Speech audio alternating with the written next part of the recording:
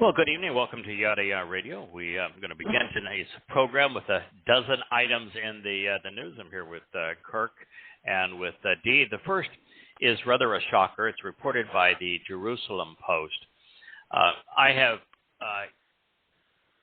publicly declared that there's no reasonable way to account for the coronavirus coming out of Wuhan as a blend of HIV, Ebola, and the SARS virus with a vastly more sophisticated gain-of-function mechanism that caused it to be more virulent in the sense that it would attach to human cells better than any standard form of virus. When the Wuhan Institute of Virology was doing research, which was published on all of these things, then to assume that it was a lab accident. That is the only informed and rational answer.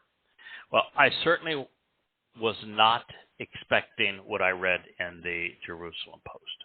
It reads, China deliberately engineered the coronavirus as a bioweapon. A Wuhan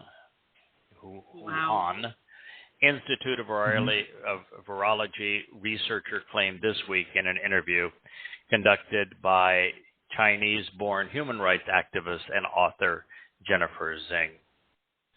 Researcher Chao Xiao asserts that the virus was deliberately engineered by China as a bioweapon and that his colleagues were tasked with identifying the most effective strain for spreading among various species, including humans, which is why they were experimenting with HIV, Ebola, and SARS. During the 26-minute interview, Chao Xiao shared an anecdote involving another researcher named Sean Chao, who allegedly admitted being provided with 4 strains of coronavirus by a superior. Sean Chao was instructed to test these strains and then determine which one had the greatest potential to infect multiple species with a particular emphasis on human infectivity. Chao Xiao also made sure to convey the idea that several of his colleagues went missing during the 2019 military World Games held in Wuhan. Actually, many went missing, including the first to blow the whistle on the involvement of the Virology Institute, who was deliberately killed by the Chinese government. And many of those who worked in the lab were among the first to die. According to him, one of the missing individuals revealed that they were sent to hotels accommodating athletes during the World Games held in Wuhan at that time. This was the 2019 Military World Games, which is why the Chinese government tried to obfuscate responsibility by blaming the United States military. And they revealed that they were sent to hotels accommodating the military athletes from various countries to allegedly check on health and hygiene conditions. However, Chao Xiao said that these actions were unrelated to virology research and suggested they involved spreading the virus. Additionally, Chao Xiao disclosed that on April 20th, he was sent to Jinping to assess the health status of Uyghur prisoners held in re-education camps, ostensibly to expedite their release, and yet he says it was actually with the intent to expose them and to facilitate the virus's spread, to study its effects on humans. The Jerusalem Post concludes by saying, while these revelations are both astonishing and deeply concerning, Chao Xiao emphasized that they only represent a tiny fraction of the entire puzzle. Isn't that a shocking story? The next story is also quite shocking.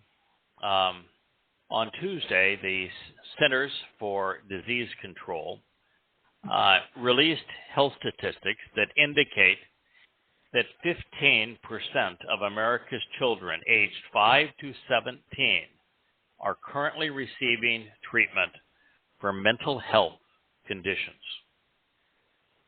Adolescents showed the worst numbers in the data, with almost 20% of children aged 12 to 17 receiving mental health treatment, therapy and counseling, or prescription medications.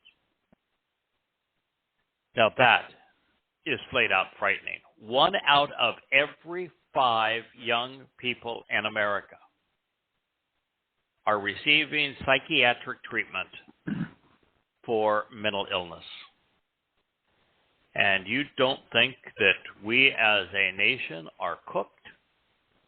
Well, let me tell you, that is for certain. Over 40 million Americans have unpaid student debt. It totals about $500 billion. And Joe Biden decided that, we want to set up the very strategy that will be used in the Great Recess when your currency becomes useless because these Nimrods continue to spend money that the country does not have. And so he sponsored legislation to forgive all student debt. Now, what that does is it says that if you worked to pay for your education, well, too bad for you. If you had a parent that was responsible and saved to pay for your education, too bad for them.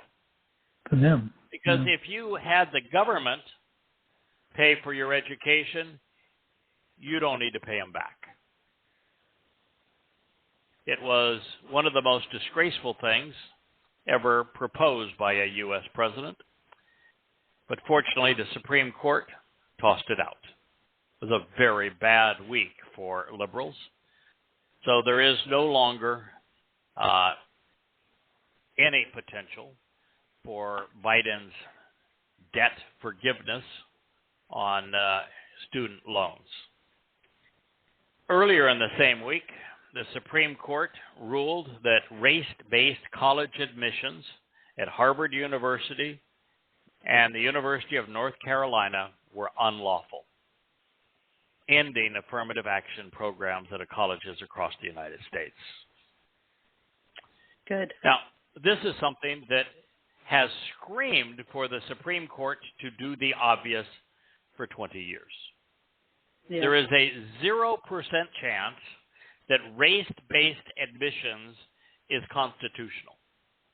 But I guess if you're promoting something that the progressives hold dear, then the Supreme Court can make decisions that are contrary to the Constitution.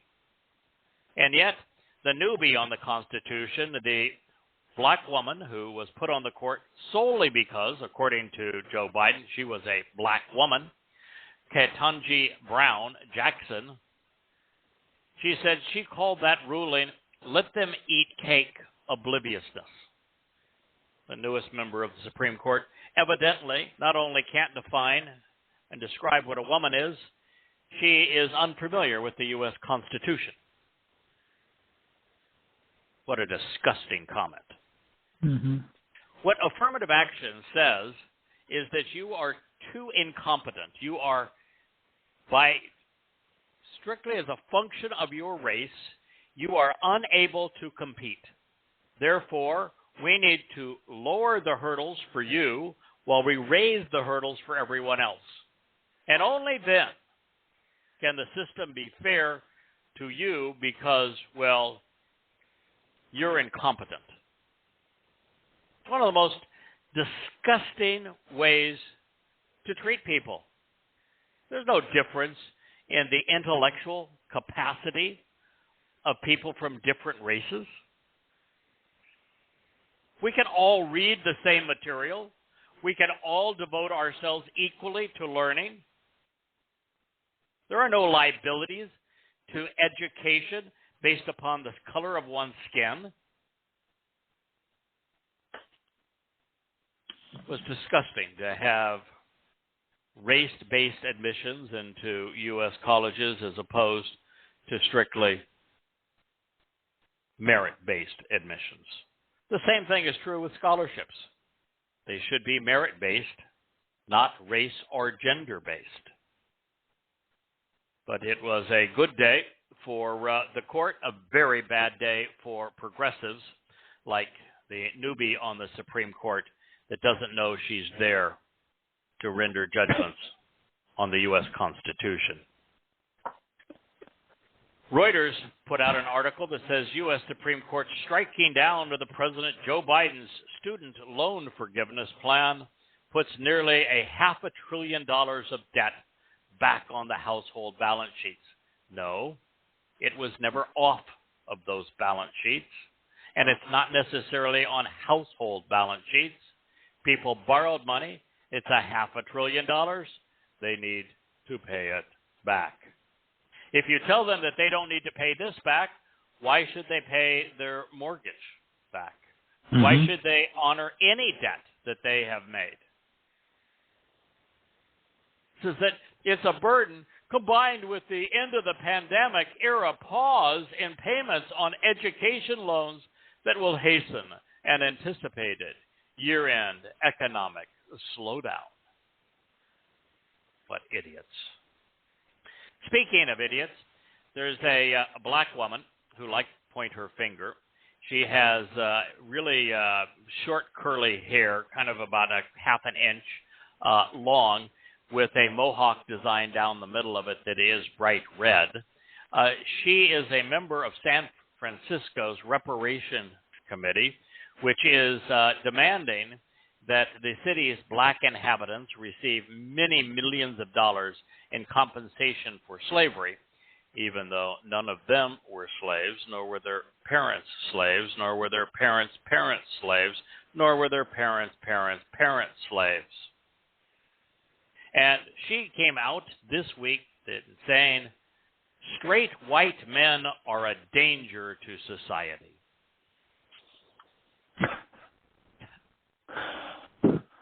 Excuse me. Now, if you came out and said black men are a danger to society, and you backed it up with showing that, according to the Department of Justice, young black men are about 8 times more likely to commit a violent crime, you would be labeled a racist. And yep. Even though straight white men commit a disproportionately small number of violent crimes, nonetheless, according to this progressive idiot, Nicole Cunningham, they are a danger to society. She claims that institutionalized racism is ingrained within the system. Now, I'm here to tell you that racism, black on white racism and white on black racism, was a serious problem, and particularly the way that blacks were treated in the 1920s, 30s, and 40s. As a matter of fact, from the end of the Civil War, after blacks were emancipated, the opportunities they were given to work and the way they were treated was flat out wrong. Slavery was flat out wrong. Now, as it relates to slavery, we have to put it in context. There isn't a single black person that was brought to America that was enslaved by a white person. 100% of them were enslaved by fellow blacks in Western Africa. And 100% of those were traded to Muslims and then offered for payment by European shipping companies. That's just the truth of it.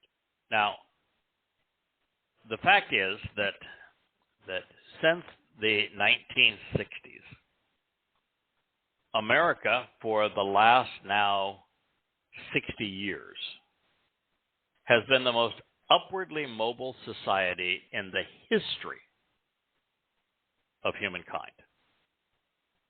Almost all ancient civilizations, and really every place, even through the Holy Roman Empire in Europe, was based on a caste system, where there was no mobility upward for anyone within that system, and slavery in that system was rampant around the world for 6,000 years.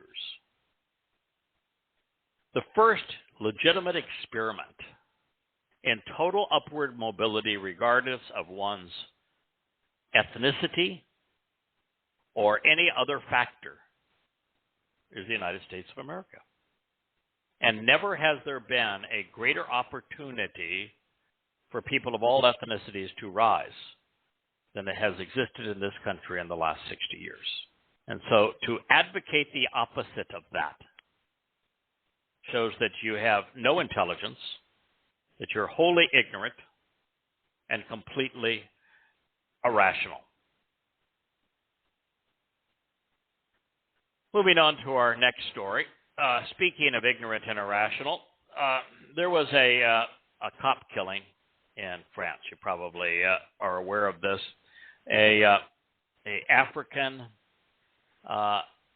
young man who had quite a history of avoiding arrest, who would be pulled over for traffic violations and find it fun then to speed away and really risk the lives of those who were trying to hold him accountable. He did it again. This time, because they knew who he was, the French police held him at gunpoint. Didn't matter to this young man. He sped off anyway. And unfortunately, one of the two officers fired his gun because he was afraid that this man was going to kill him with his vehicle. And so the response of the French has been to riot, to attack the police, to burn buildings and burn cars, not unlike Black Lives Matter protests. Rallying around someone as despicable as George Floyd.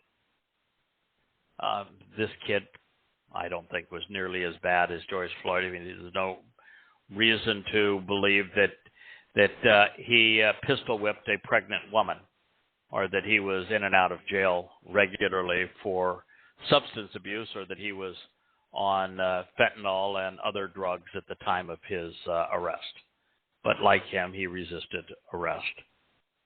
And to have people then riot and burn other people's property as a response shows you how far the world has fallen. In Iraq, the Swedish embassy was ransacked because in Sweden there was a protest where the protesters, who are disgusted by the problems associated with the Muslims from Syria and Afghanistan and Libya and Syria, who have been accepted into their country as a result of the European Union's initiative to bring in millions of Muslim refugees from the very countries that were impossible to live in because, well, they were infected with Islam. And so one of those rallies burnt a Quran, which is probably the second best thing you could do with one. It is trash. Worst book ever written. It's a book that tells good Muslims to go off and kill, even to torture non-Muslims. And yet, burning it is so aggravating to Muslims that they must riot and threaten to kill. There's something deeply disturbed about that kind of religion. If somebody were to go out and say, I want to go burn the Torah, say, well, have at it. Don't care, really. You're not burning the copy I'm reading, and if you choose to burn it rather than read it, that's your choice. Personally, I think that the smart thing to do with the Quran is to read the damn thing so you can know why 95% of the world's terrorists are good Muslims. The psychiatric profile of the shooter, his name is Robert Bowers, who tried to, in fact, he killed 11 Jews in a synagogue in late October 2020 in Pittsburgh, is now up for trial. And of those he gunned down, he thought that he should be honored in parades. And he thought he should be honored in parades because by killing Jews, he was saving Gentiles from being annihilated by them. Imagine how stupid you would have to be to believe, with all evidence, exactly the opposite of Goyim for the past 3,500 years, enslaving and murdering Jews by the millions, that it was actually Jews who were murdering Gentiles. It's astonishing that somebody would promote such a myth or kill for such a myth. But the opposite of what is true is very popular, to the point that this idiot thought he should have parades in his honor. Remember when the alleged Chinese spy balloon crossed America, and all the politicians were condemning China for having a spy balloon, and how just a matter of weeks ago, when Joe Biden was trying to reset relationships with Xi, and he sent his Secretary of State and warmonger to China to reset all of this, and he called Xi a dictator. Well, in that same speech, the reason he called him a dictator, he said, because he was aware that there were train cars in volume of spy equipment on that alleged spy balloon. And I just mocked everybody. I said, there is a 0% possibility that the Chinese are using a damn balloon to spy on America when they have satellites. I mean, zero. You'd have to be, again, a nincompoop to believe this. And yet all the media ran with it. And the president continued to talk about it. Politicians for both sides condemning China for it. Well, the report came out, finally. After months of analysis on the wreckage of the Chinese spy balloon, Pentagon spokesman Brigadier General Patrick Ryder said that it did not collect any information while it was transitioning the United States. The spy balloon did not spy on America. Welcome to the Twilight Zone. No joke. No joke. The United States has decided now that they have a real pickle. The United States has spent about $150 billion sending all manner of weapons to the Ukraine to wage a proxy war to kill Russians. And it isn't going very well. And so this new offensive is disastrous. So the solution to that is not to, well, let's just say, okay, Ukraine, you'll not be part of NATO. Why don't we just call it quits?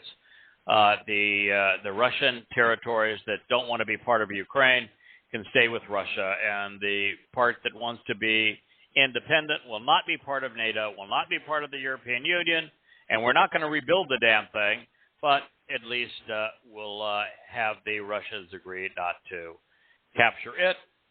Easy peasy, war's over. No, not this administration. They've decided to send what the United States has heretofore called a secret Black Ops weapon, an ATACMS missiles to the Ukraine that have long-range capability. So now the Ukrainians can kill Russians at a great distance. How many times must America do this before Russia's only sane response is to respond and attack America with the only tool that it has available in its arsenal, a nuclear weapon? We are asking for our own funeral. We were talking before the show that Israel is the only country on earth that is condemned for building homes. And yet they are routinely. Today it happened. The Australians condemned Israel for building homes. The British condemned Israel for building homes. And the UN, of course, condemned Israel for building homes. They claim that by building homes, Israel is the one who is responsible for Islamic terrorism. Israel is also the only nation that is condemned for defending itself against terrorism. And yet, last time I checked, Israel was the homeland of the Jewish people. Recently, there was a study done by Professor Yosef Garfinkel, which examined all of the earliest fortified sites in the kingdom of Yehudah during the 10th century BCE. The reason for this is all of the Nimrods that pretend to be really smart as scholars at Hebrew University and elsewhere claim that the kingdom of Yehudah and the United Israel did not exist until the 8th century, 300 years after King Dowd's death.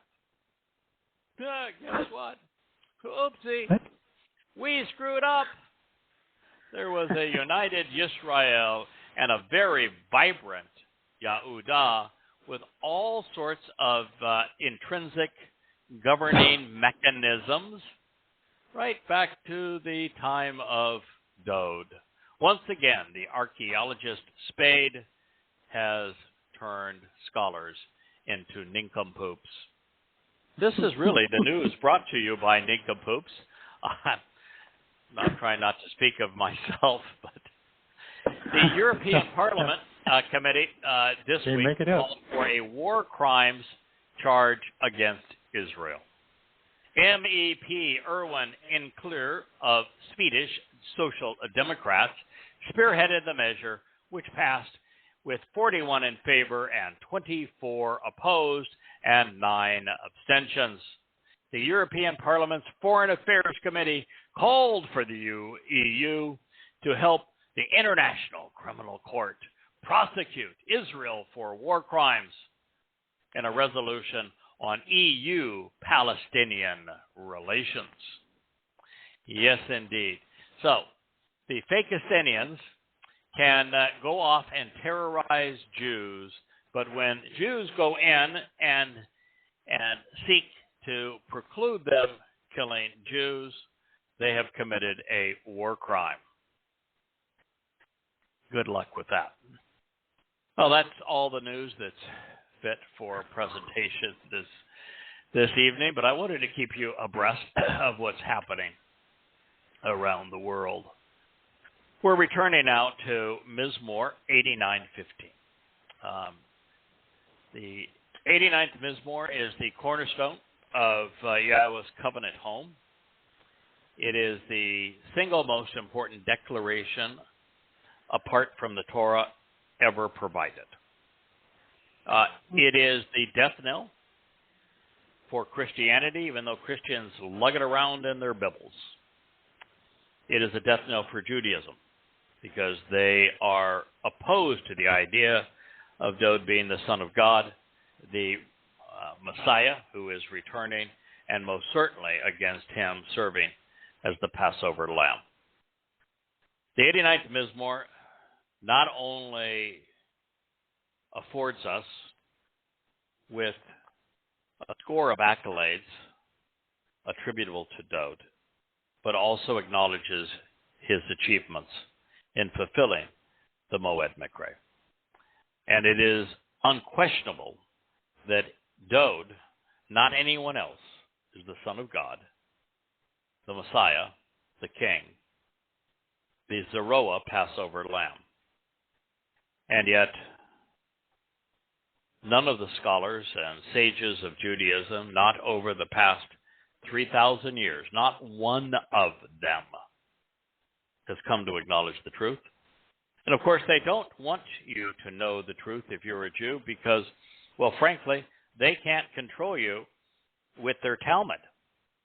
They can't control you with Judaism if they told you the truth, because the truth is eminently destructive to the credibility of the Talmud and to Judaism.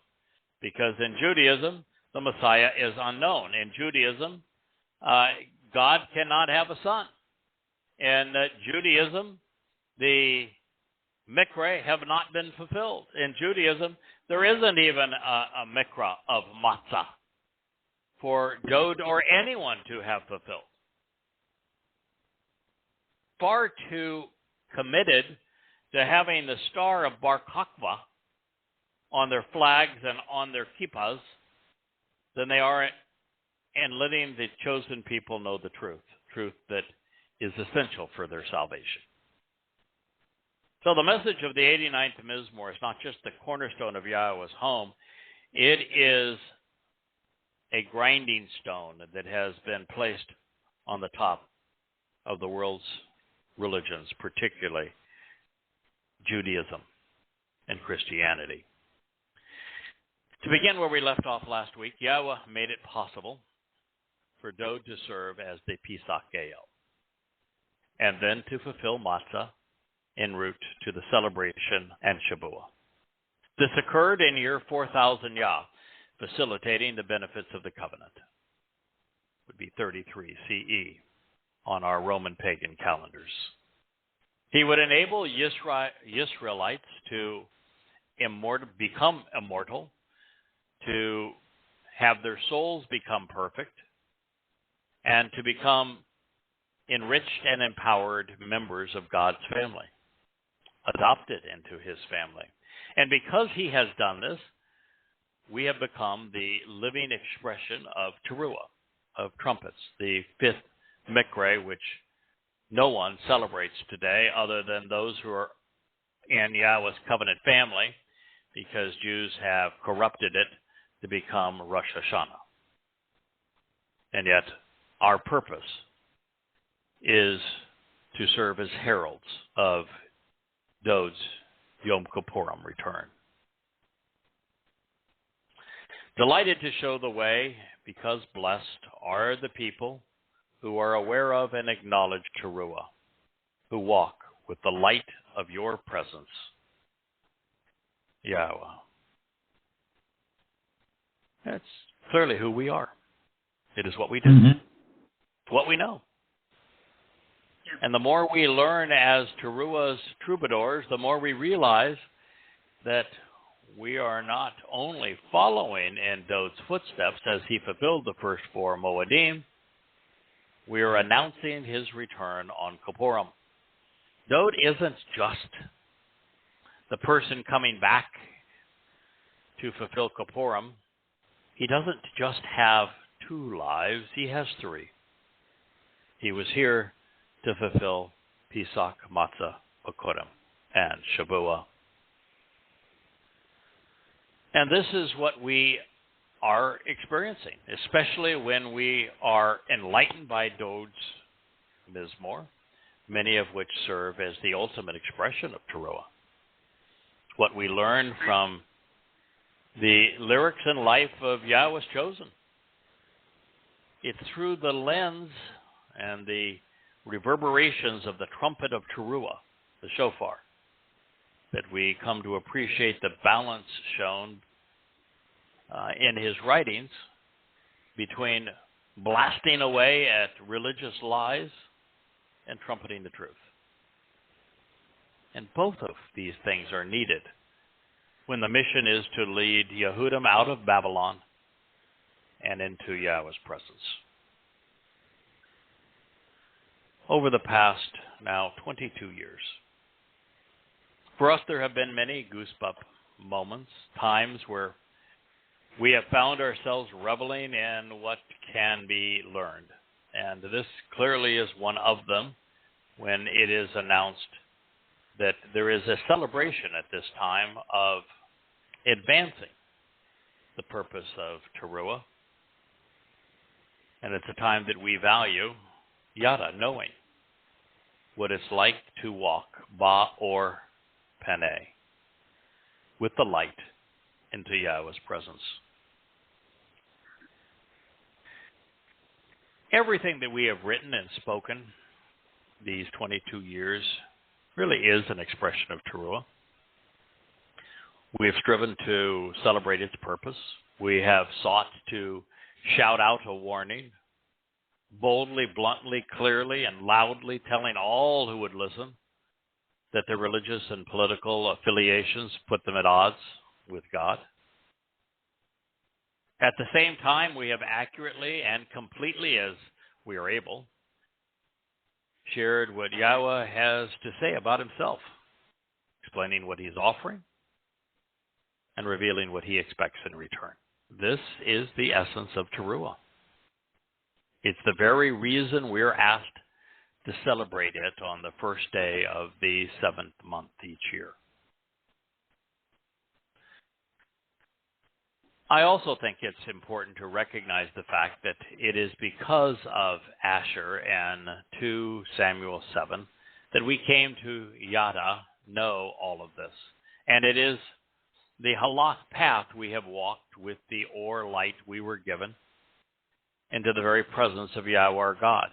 And yet here it appears again in Mizmor Psalm 89:15. It transitions from comparing Yahweh to Dowd to celebrating our calling and purpose.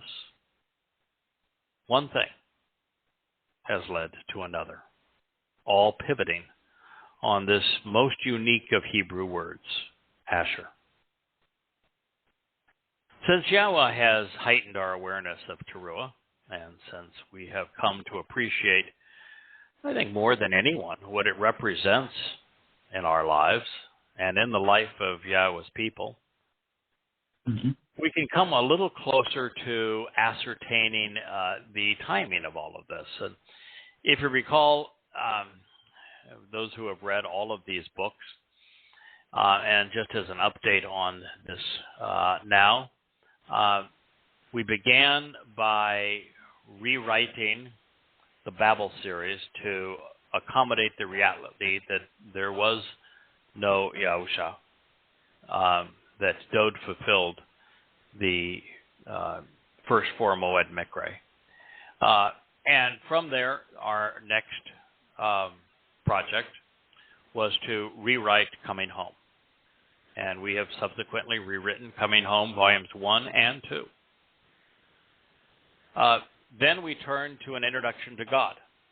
And I have now completed all 3 volumes of an introduction to God, rewriting them to correctly present what Father and Son have done to redeem and reconcile Yah's people.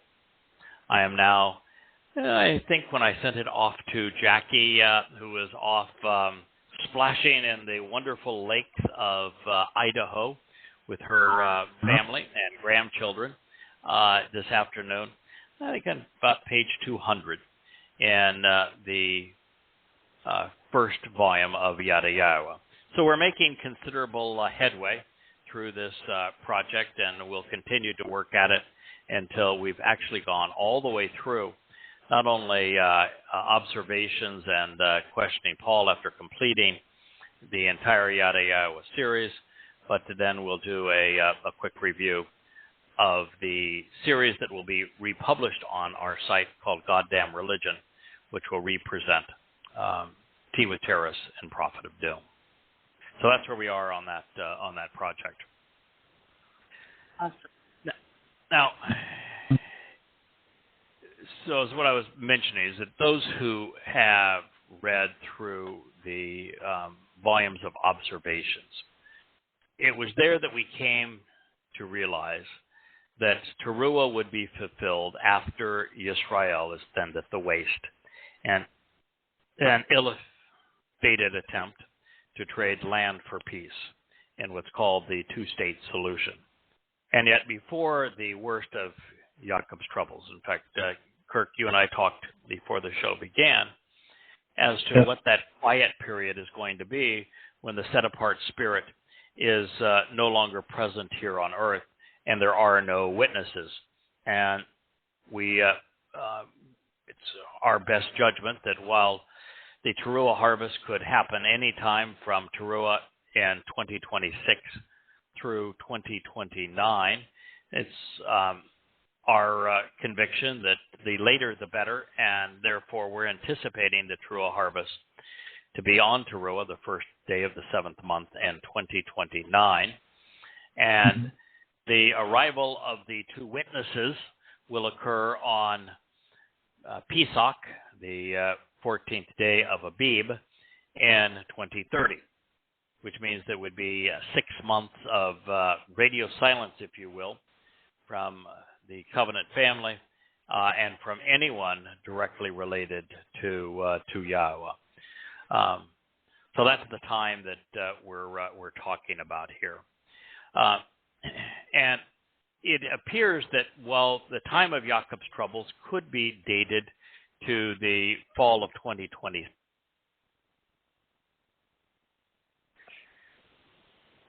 Kirk, are you still there? I'm still there, yeah. Okay. I think we've lost our host. Okay, we'll give them a few more if they can catch up. Yeah, so what was that Craig was telling you, if you have any comments on what you guys were talking about before the podcast regarding Towrah? I'm curious. No, what I asked him was about the radio silence period. He made the off remark about it'll be quiet, and I wasn't sure. I said, well, how do they, the people that are left behind, how will they find us? And that's why we were discussing when you came in that we're kind of everywhere now. So if you're looking, you'll find it. You'll find this information that things just don't disappear on the internet anymore. Right. So you can try to erase it, I guess, if you want. Somebody might, but so few people are that interested in this, which just boggles the mind. I'm not certainly that I'm amazed that there's not thousands and thousands. You know, I don't think that's a very small number to begin with out of 8 billion people on the planet. But and English is the language of the world. There's just about anyone could find someone who could read this to them as well if they were interested. And certainly with all the scholarship of people who've written all the lexicons and all this stuff and all the theologians, not to at least explore the counter to their religion.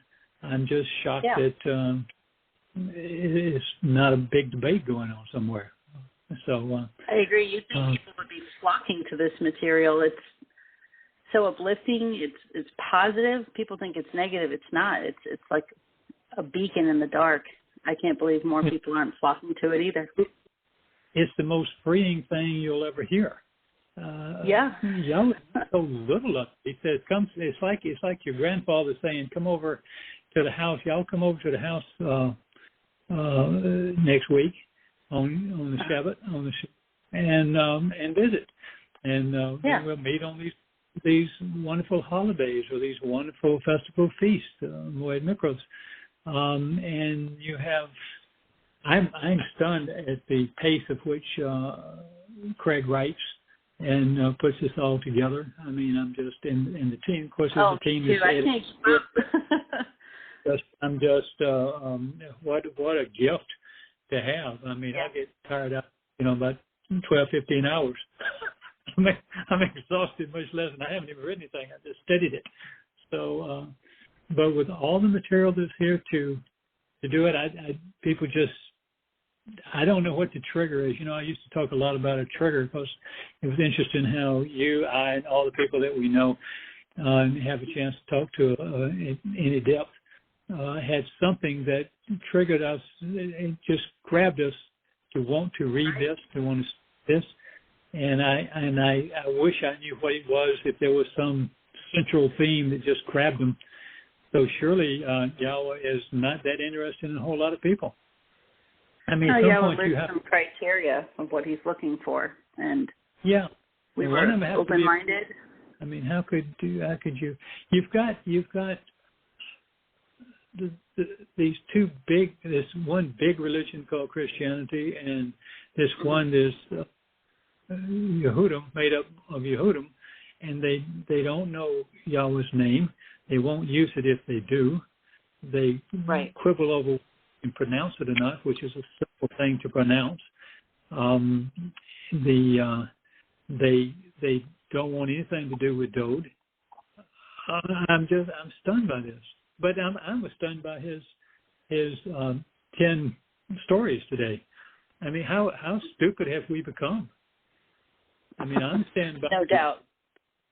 I understand the thing about the children being so many of them drugged. We had children's classes when I had a rather large art school, and I was amazed at how many of them were taking pills. And I was just, I just couldn't believe sick. It's a symptom. They have to calm them down so they can even sit there in an art class. And I'm going, wow. So it's a symptom of the Do you want to read some? I'm okay. Yeah, actually, can you hear me now? Hi. Yes, welcome back. Yeah. Okay. So I called in on the phone because Blog Talk Radio is failed us again. But moving to the next statement, Mizmor 89:16 reads, "In your name, they rejoice every day. These are the people who celebrate Towrah. And in your justice and vindication by being right, they are lifted on high." This is the psalmist, and Yahweh inspired him. Explanation for what happens to those who accept the terms and conditions of the covenant and become part of God's family. It goes on to say, "Indeed, the adornment of their empowerment and fortification is yours. By your acceptance and approval, our brilliantly illuminating horn is lifted up. For our deliverance and protection are from Yahweh. Accordingly, the Kodesh, set-apart one of Yisrael, is our king." The insights here are pretty straightforward. First of all, once we become a member of Yahweh's family, we're adorned in a garment of light.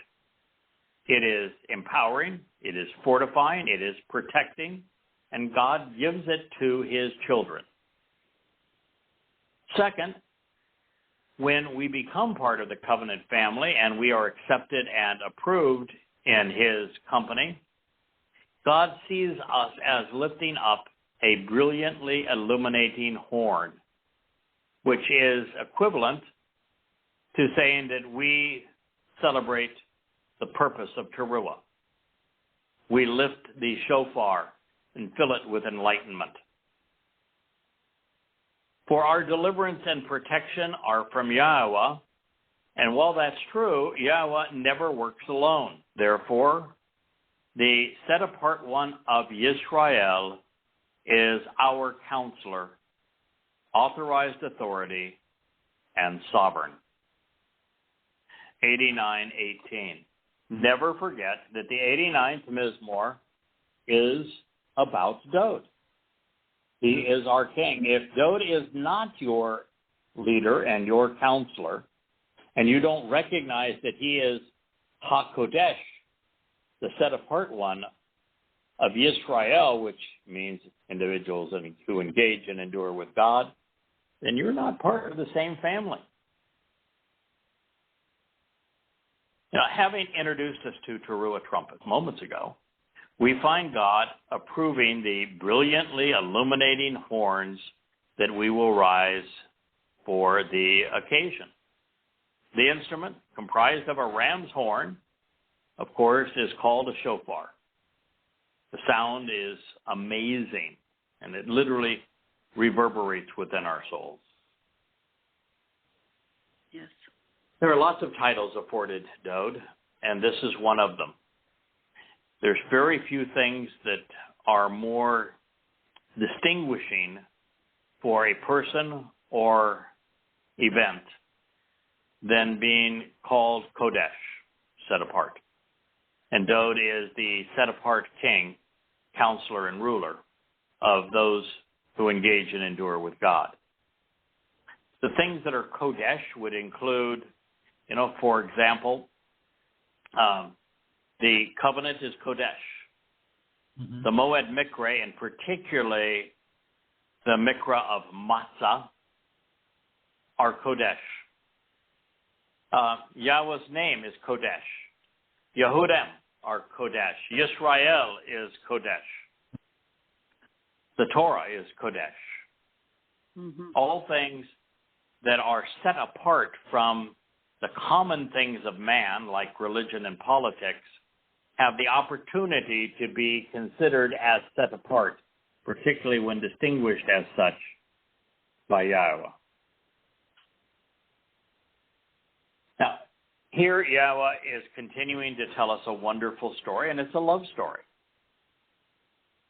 It reads, "Therefore, you spoke in a revelation to your Dabarym, chosen and tested ones, saying, I have acquainted and bestowed assistance, supplying what is needed on behalf of the Gabor, most courageous and capable man." Dabarym is plural. And so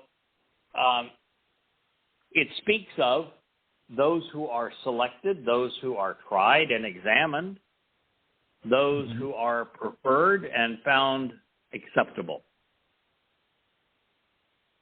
And so we're being told here that by the psalmist that Yahweh specifically spoke in a revelation to him about the importance of his Dabarym, his chosen and tested ones.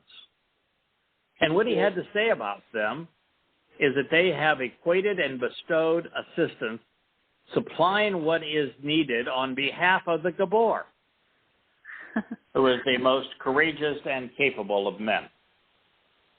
So you read this, your first thought is, okay, recognizing that Dowd was by far the most courageous and capable of all of those who were associated with God.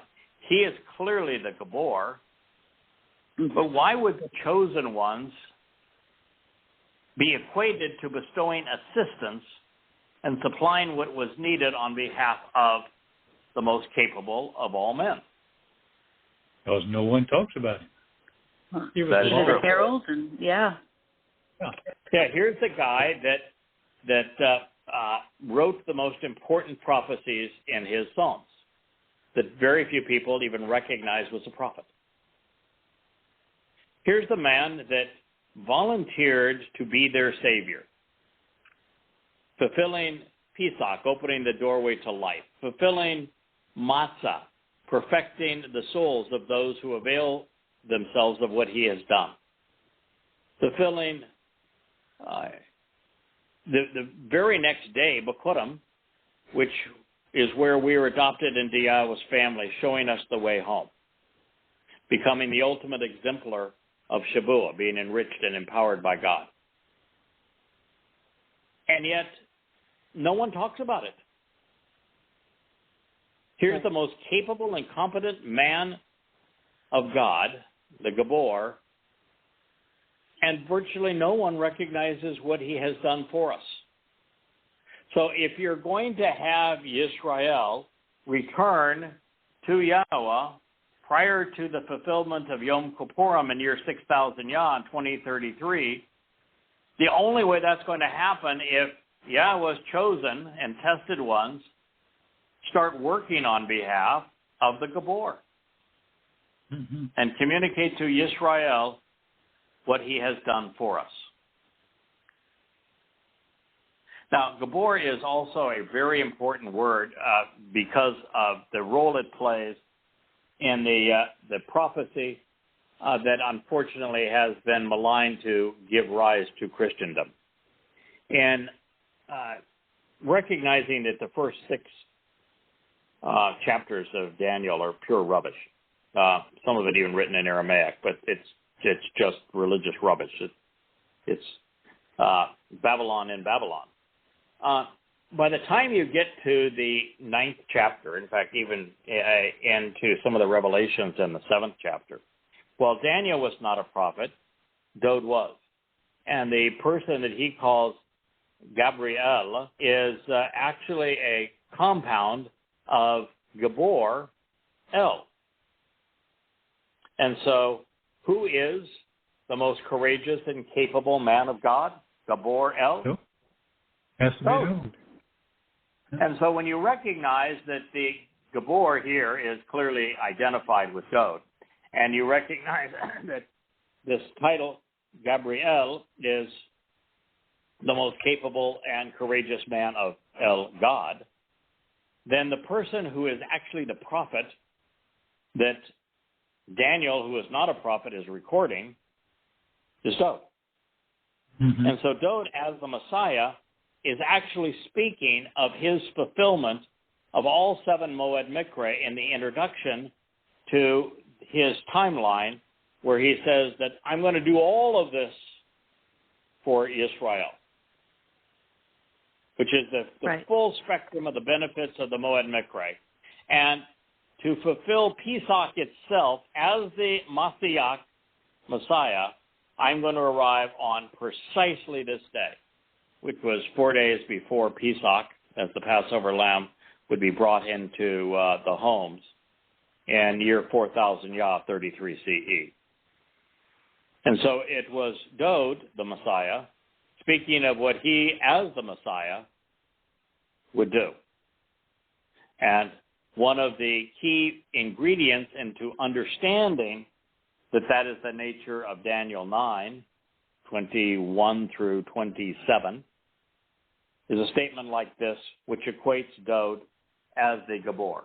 This term is also used in Yeshaya 9, which equates Dowd to the Gabor, also tells that Dowd is the son, the child who was born and the son who was given. Mm-hmm. Yes. 89:19 concludes with, I have raised up and exalted the Bashar, chosen one.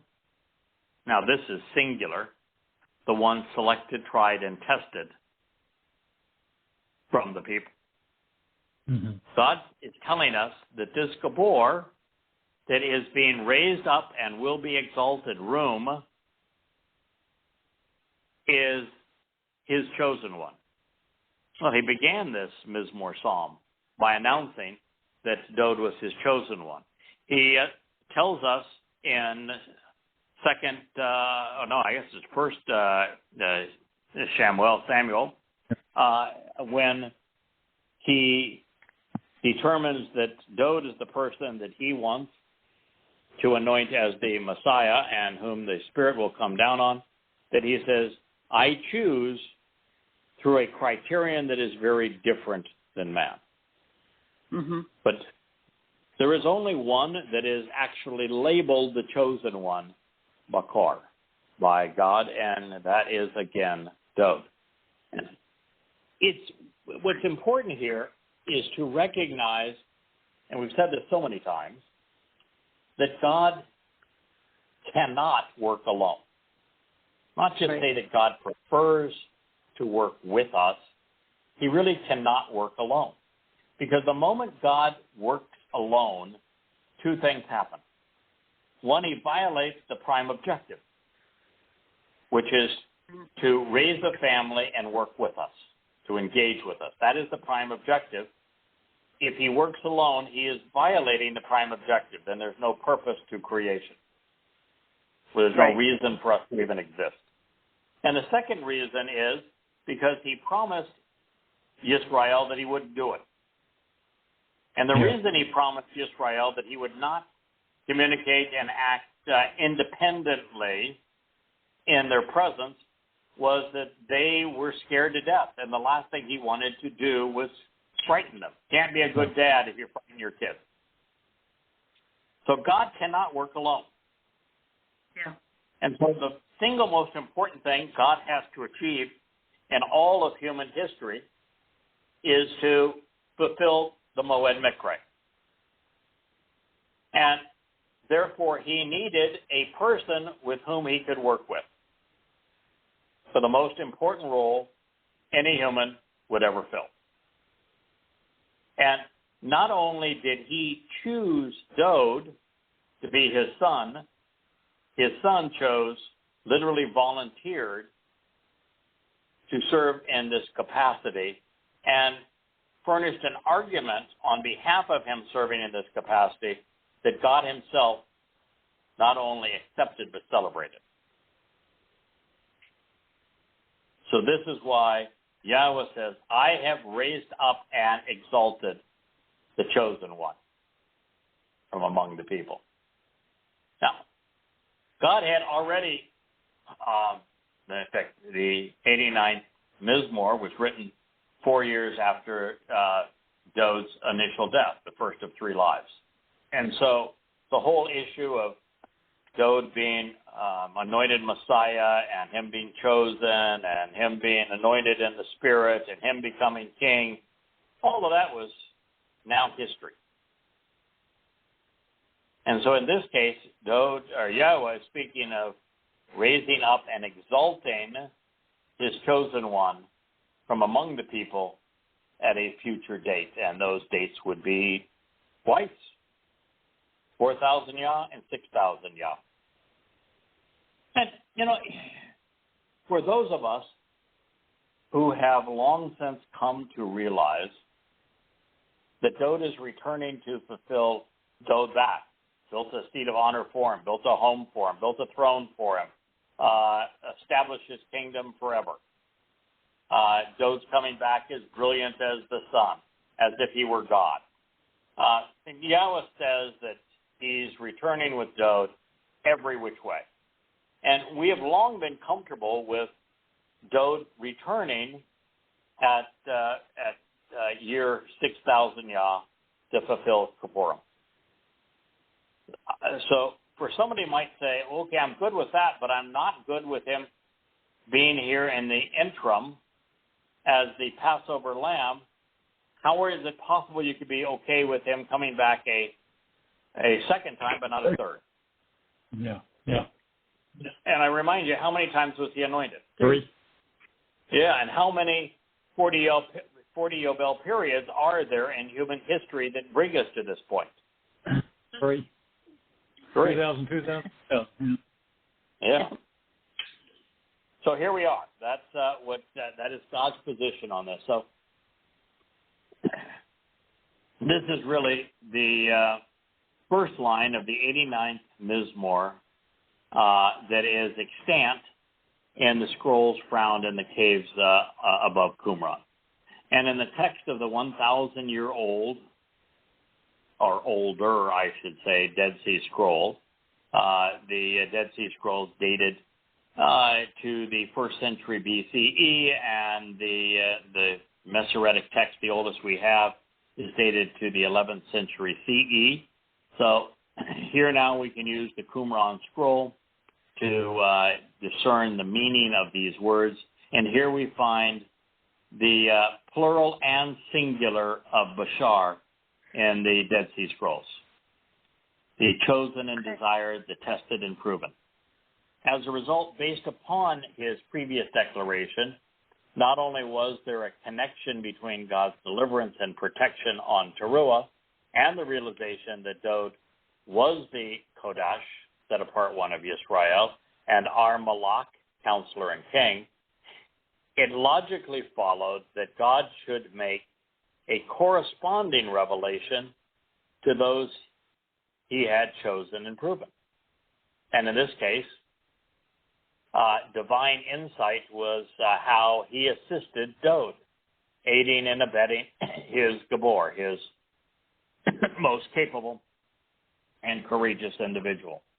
Moreover, the Bashar, chosen one, the Gabor, Melech, and Kodesh, are all one and the same. Dowd. All of these things and more pertain to him. And there's a reason that Christians, to create the myth of Jesus, had to rob Dowd of his every accolade and achievement. Because, of course, there are no accolades or achievements, no prophecies of any kind pertaining to Jesus. So for Jesus to be perceived as the Son of God and the Messiah and Savior, these accolades and accomplishments must be stolen from Dowd. Now, since we do not find Nabi in the text, it is implied that this awesomely important insight was revealed to witnesses rather than the prophets. And should this be the case, I don't think there's any argument that can be made that you're listening to the result. Yeah. There is no one else that is proclaiming Yahweh's name, describing the covenant with its 5 conditions and 5 benefits, explaining how the Moed Mikre enable the benefits of the covenant, how Dowd is the Son of God and the Messiah, and will be returning, the timeline that demonstrates when he was last here and when he will return on the precise date, or that is acknowledging that Dowd is the Passover lamb. There is none that speak of any of those things, much less any other that is involved in the amplified translation of Yahweh's witness. So the fact is, we're fulfilling this prophecy. Yes, sir. That's cool. I'm down. Yeah, it's always comforting to know that you're doing exactly what Yahweh wants. Yeah, I had a call from a friend this week asking, what can he do more, because he wants to be part of the Team Yada and what we're all doing. And I told him just what you're saying. Share Yahweh's words. That's what we need. Correct. And because now the various platforms on social media are so pervasive, there's so many opportunities to do it.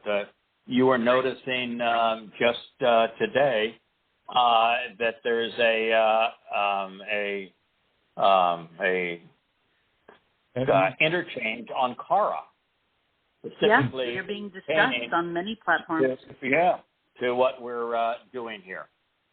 Last week, 250,000 people interacted with this podcast, and 100,000 or 1,000 alone on just Twitter. I mean, people are seeing this information, and anybody can make an account and share it. Just do so appropriately within the proper requests, and you can read Greg's About Me section and figure out what he wants you to do. We only have 3 requests of those that avail themselves of this information. We offer it free.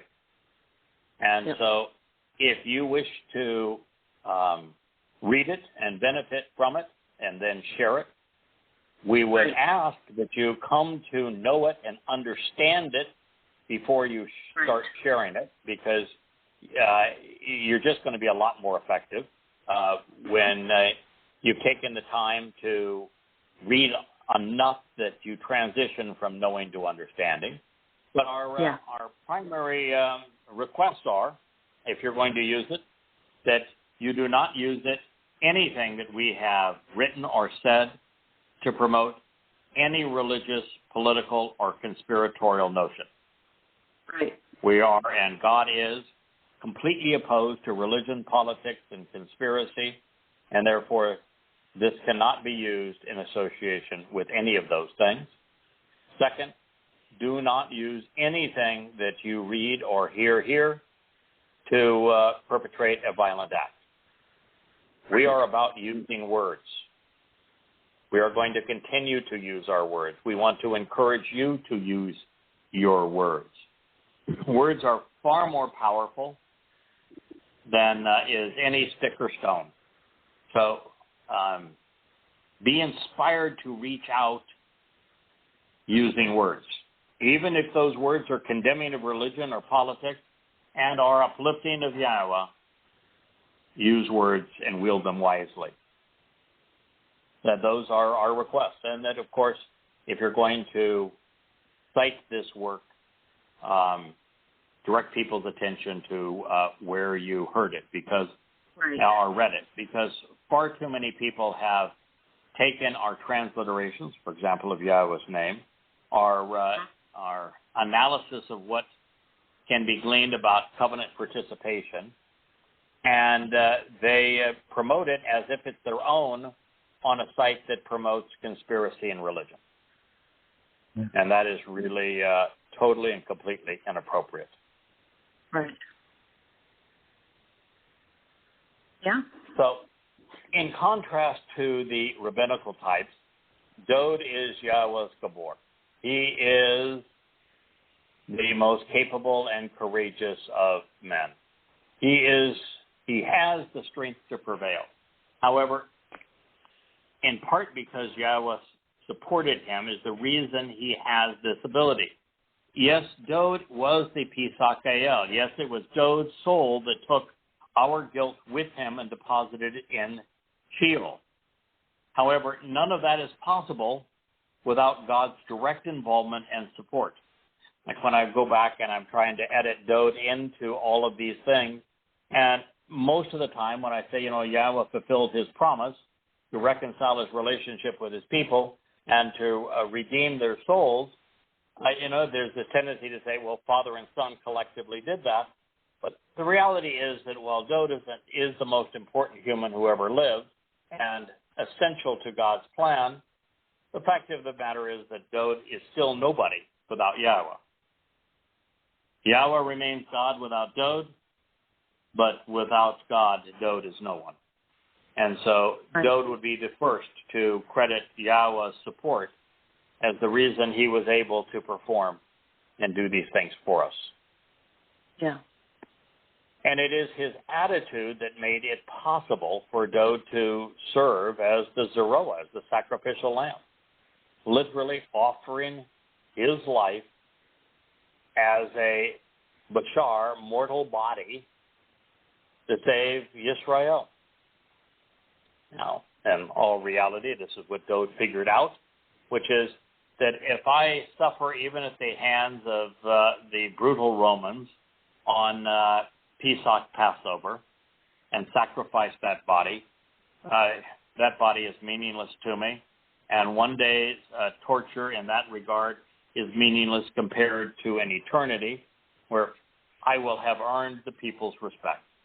And while there could be nothing worse for someone like Dowd to be separated from Yahweh on Matsa or being laden with our guilt as he carried it into Sheol, which is hell, which is what he did, depositing it there, the great celebration of being the first to fully benefit from Bekudim, which is the third of the Moed Mikre, where we're adopted into God's family, is more than enough to justify doing it.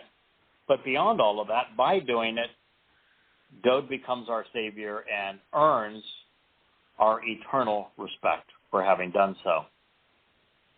Yeah. So, as we have stated many times, Dowd was mighty with pen and with sword.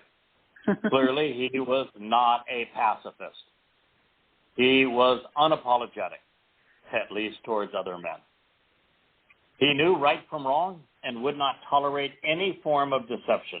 He would be crucified in today's world for being politically incorrect. Yeah. For being intolerant, just as he was crucified by the Romans for being incompatible with their immoral quest to abuse others. And with Dowd as the Passover lamb, the Romans are now, they're never justified, but at least we can understand why the Romans crucified Dowd and why they would not have a reason to crucify anyone else. They were the occupiers of Judea. Dowd was the king of Judea. The one thing the Romans would never tolerate is someone who claimed to be and could prove that he had sovereignty over them in a territory they had conquered. And so Dowd actually gives the Romans, at least under their means to subject people and to demean them, a reason to crucify him. Now, if I could in doing interrupt so, on the Romans generate God's eternal wrath, as do the Roman Catholics following them, because while the Pesach El had to die, the body of the Pesach El has to die to open the doorway to life, the Pesach El is not supposed to be tortured. Right. It was the Romans that thought that would be fun. Can I ask a quick question? Sure. So a friend also called this week actually about this subject, which is really interesting that you're broaching it. And the question was, did the lamb, whatever his identity, perform miracles? And I said the exact same thing you just said. I don't think so. I think that's a New Testament, No. myth. It's really interesting that if you look at the Christian New Testament, there isn't any contemporaneous record of what Dowd did. None. Right. In fact, it's likely that all four weren't even in the same country at the time and weren't even good hearsay witnesses. Mark, of course, was not there. Right. Matthew wrote 4 generations later. Luke was nothing but an apologist for Paul. And so the only person you could say remotely might have been there when some of this took place would have been the person known today as John.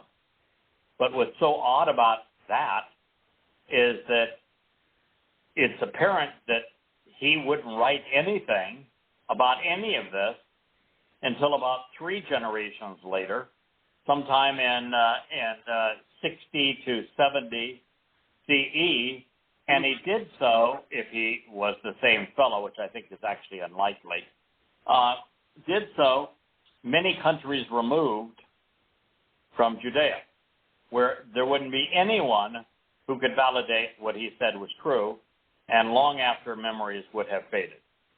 And so if Dowd, as the Pesach El, had made great proclamations, if he had performed awesome miracles, if he actually had disciples, would somebody have written down something that transpired? Right. One of the things that is necessary to speak for Yahowah is a contemporaneous written record. Yes. When Yahowah reveals something through a prophet like Yashayah, the first thing he says is, get a damn big scroll. I didn't use damn, but get a big scroll. Get a pen and write it all down. Every word of this. When we study what Dowd had to say, it's because he wrote it all down. Right. Moshe not only wrote the Torah, the first thing that Yosha ben Nun did after becoming his successor is write it again. You cannot represent Yahowah if you're not committed to writing what you have learned and what you had revealed to you at the very time it's being revealed to you. Yeah. We do this show, spend this hour and a half celebrating our relationship with Yahowah and participation in the covenant with other covenant members here on a Shabbat evening. However, that is not our prime objective. It's a tiny fraction Correct. of our investment of time.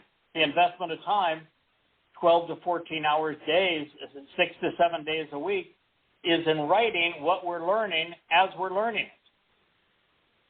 And so for nothing to have been written by any of the eyewitnesses or even the participants in 33 CE says that nothing was said of importance, and there were no miracles. Now, we have to be a little careful here, and that while there was no Jesus, and proof there was no Jesus, no one by that name lived or wrote anything. Therefore, he would not have been consistent with God's approach. The person who actually fulfilled these things, Dowd, did write extensively of exactly what he experienced and endured. It's just that he wrote about what he experienced and endured 1,000 years before he did so. Right. Read the Mizmor. All of them speak of it, and particularly the 22nd and 88, which were written in first person about his ordeal fulfilling Pesach, Matsa, and Bikurim. Why would Dowd write in first person about what he experienced at the hands of the Romans and being crucified on Pesach and the darkness and loneliness of fulfilling Matsa along with the celebration and brilliant light of Bikurim in first person if it was not he himself that was doing it? Right. So the only person who is even possible to have been sanctioned by Yahweh to fulfill the first four Moed Mikre, Pesach, Matsa, and Bikurim, is the one person who left us with better than a contemporaneous written report of what occurred. Only one. So he wrote that report 1,000 years before he fulfilled these things. Right. But that means, my friends, there were no disciples. That means that the entire Christian New Testament is nothing but a God-forsaken fairy tale. Or if you're a Jew, a nightmare. Yeah. All of it. Well said.